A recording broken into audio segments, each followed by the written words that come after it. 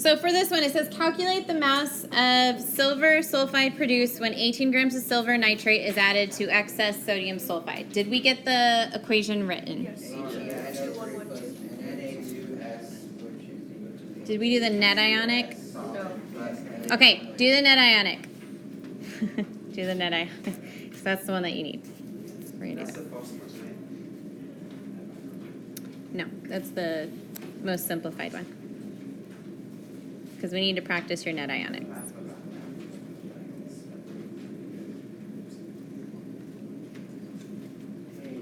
Okay.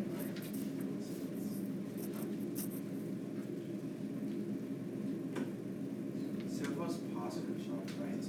Yes.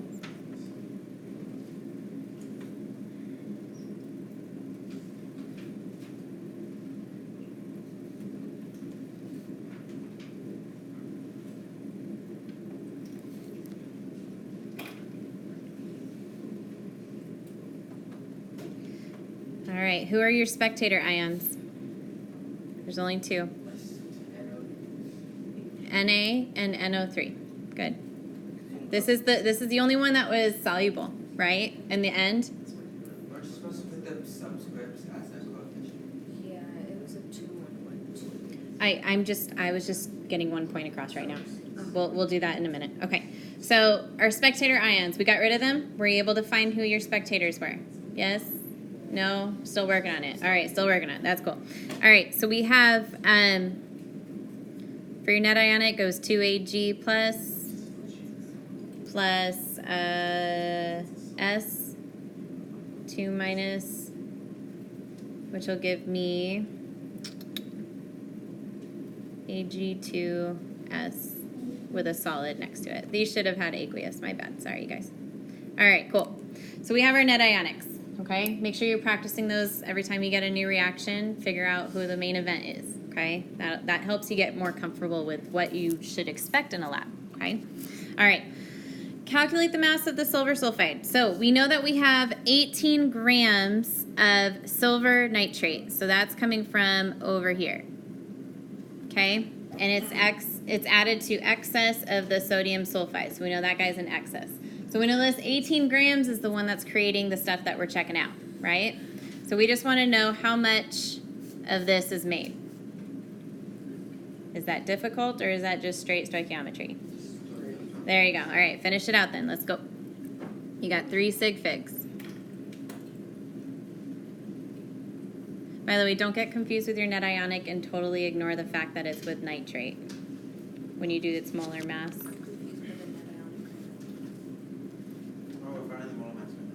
We are just practicing net ionics. Yeah, that's why I'm like confused.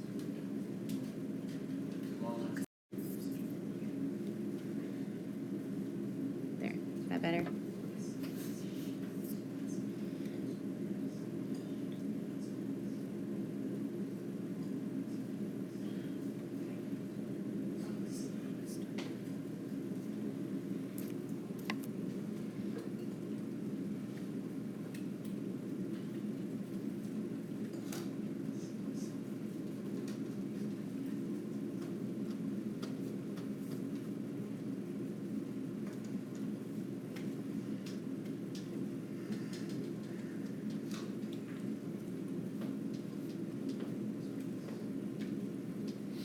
If you want the molar masses, I already found them, so you can look up here if you want, just to save you some time.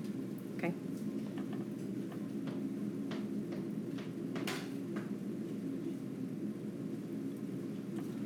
Okay, so just to walk you through, I found the molar mass of silver nitrate. Okay, so I start with my 18 grams, bring down to the right, go into moles, cross my mole bridge or my mole ratio, and then I go back into silver sulfide. Yes.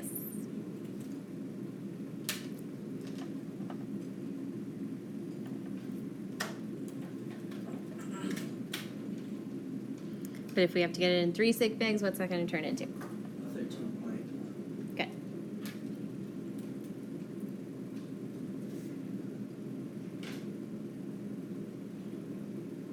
Okay.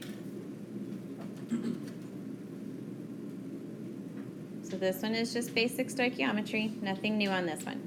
Okay, it's just the fact that you needed to recognize, you needed to use your solubility rules in order to know, well, technically I guess you didn't, unless I was asking you to show me all the equations, but it's good to make sure you're kind of aware of the fact that that was sulfur, a solid, okay? All right, so number 10, I'm just gonna zoom this guy out. Okay, number 10. What mass of iron 3 hydroxide is produced when 35 mils of a 0.250 molar solution of iron 3 nitrate mixed with 55 mils of blah, blah, blah. All right, so we got a lot going on there, right? So what's the first thing we want to start with? That'll help us out the most. An equation. Get a balanced equation out in front of you. See what's going on, okay? Get it so it's set up and organized, okay? So our reactants are iron 3 nitrate, good. So that means we're going to have a little 3 on the outside. And KOH, potassium hydroxide. And we're making, so it's telling us that we're making some iron hydroxide. What else are we making? Potassium nitrate. Yes.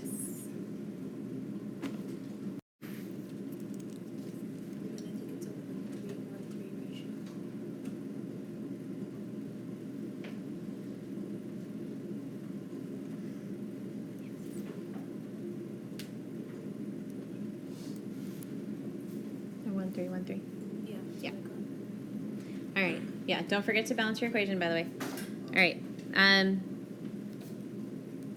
So you guys should have wrote 35 mils here, 0.250 molarity, and then under the other one you had 55 mils of a 0.180, right? And you could have had it already in liters for you. Okay, but this just organizes it for me so I can see what's kind of going on. So we need to know how much is going to be produced. So what type of problem is this? A limiting reactant, right? Okay, so since I'm not asking for you to show me the calculation to justify it, right? This is where you can use the shortcut. This is where you can kind of just get in there and figure it out. Because what happens when we use this piece of information? What can we figure out? We can figure out moles, right? Multiply them together. So we're going to have 0.035 times 0.250 to get 0.00875 moles. Good. And then the other one, there you go. We got 0.0099. Yeah? Okay. Once we have them both in moles, what's the shortcut? Divide them by their who? By the smallest stuff. No. This guy. Your coefficients, because you're basically relating them to their ratio. Okay? So you divide them each by their own coefficient. So this guy is divided by 1, so it's itself. This guy is divided by 3. Is that one going to be smaller than this number? Yep.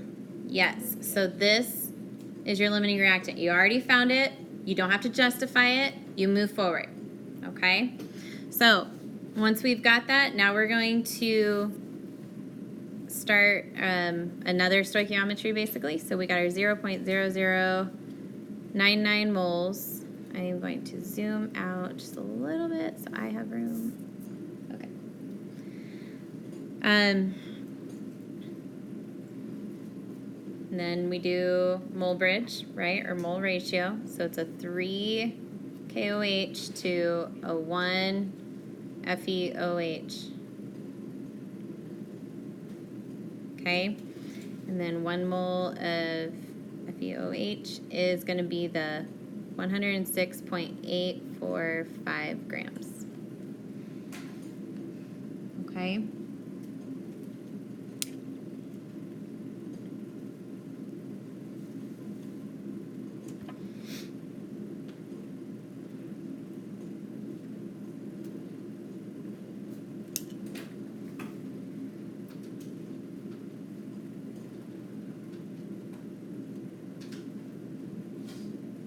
And this one, let's go to 2 sig figs because our 55 milliliter just limited us in the problem.